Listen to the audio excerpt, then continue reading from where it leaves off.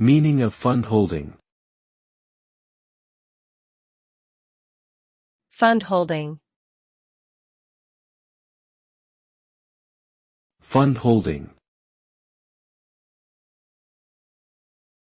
Fundholding. Fundholding.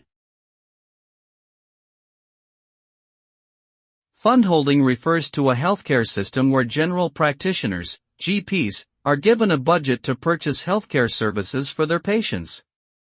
This allows GPs more control over the care provided to their patients, and it is believed that this can lead to more efficient and effective healthcare delivery.